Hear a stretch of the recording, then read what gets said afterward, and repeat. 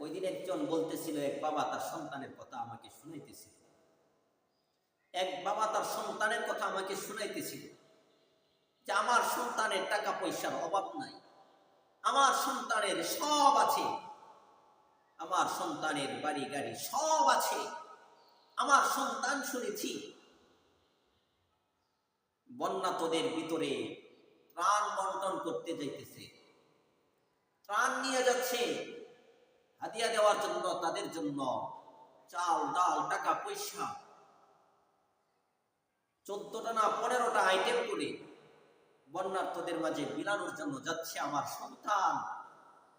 কিন্তু আমার সন্তানের পকেটে আমার জন্য 14টা আইটেম খেন, আমার জন্য 10টা আইটেম, 2টা আইটেমও আমার সন্তানের পকেটে জুটে না।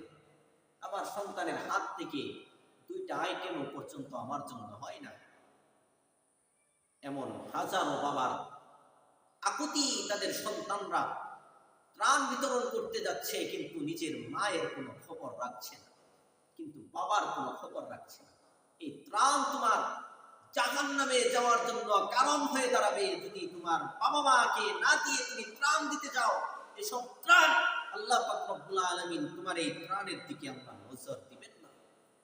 এই জন্য আগে বাবা মাকে সন্তুষ্ট করে, বাবা মার প্রাপ্য অধিকার আদায় করে তুমি যখন কাউকে কিছু দান করবা, ত্রাণ দিবা, বন্যার্থদেরকে পাশে দাঁড়াইবা, তখন যায় তোমার আমলটা গৃহীত হবে। আর না হয় এসব আমলের দিকে আল্লাহর কোনো প্রয়োজন নাই, আল্লাহর কোনো প্রয়োজন নাই। আশ্চর্য বিষয়, ত্রাণ নিয়ে যায় বন্যার্থদের পাশে, বন্যার্থদেরকে দেওয়ার জন্য, অথচ গরিব মা বাবাকে খাইতে দেয় না, পড়াইতে দেয় না, সুন্দর আচরণ করে না, কথা বলে না, এমন সন্তানের অভাব নাই। এসব ত্রাণের দিকে আল্লাহ পাক রব্বুল আলামিন দেখবেন না, কোনো সময় নজর দিবেন না। আগে তোমার বাবা মার ত্রাণ যেটা প্রয়োজন সেটা আগে মেটাও, তারপরে যায় তুমি যে আমল করবা সে আমল গৃহীত হবে। দাও, বন্যার্থদের পাশে দাঁড়ানো, আমরাও তো দাঁড়িয়েছি। বন্যার্থদের পাশে দাঁড়ানো ইমানি দায়িত্ব, নৈতিক, তাদের বিপদে তাদের পাশে দাঁড়ানো। কিন্তু বাবা মাকে না দিয়ে, বাবা মা কোন খোঁজখবর না রেখে ত্রাণ বিতরণ করতে যাচ্ছে অমুক অমুক, বাবা মা থাকতেছে না খেয়ে, বাবা মা ঘরে পড়ে আছে অসুস্থ হয়ে পড়তেছে,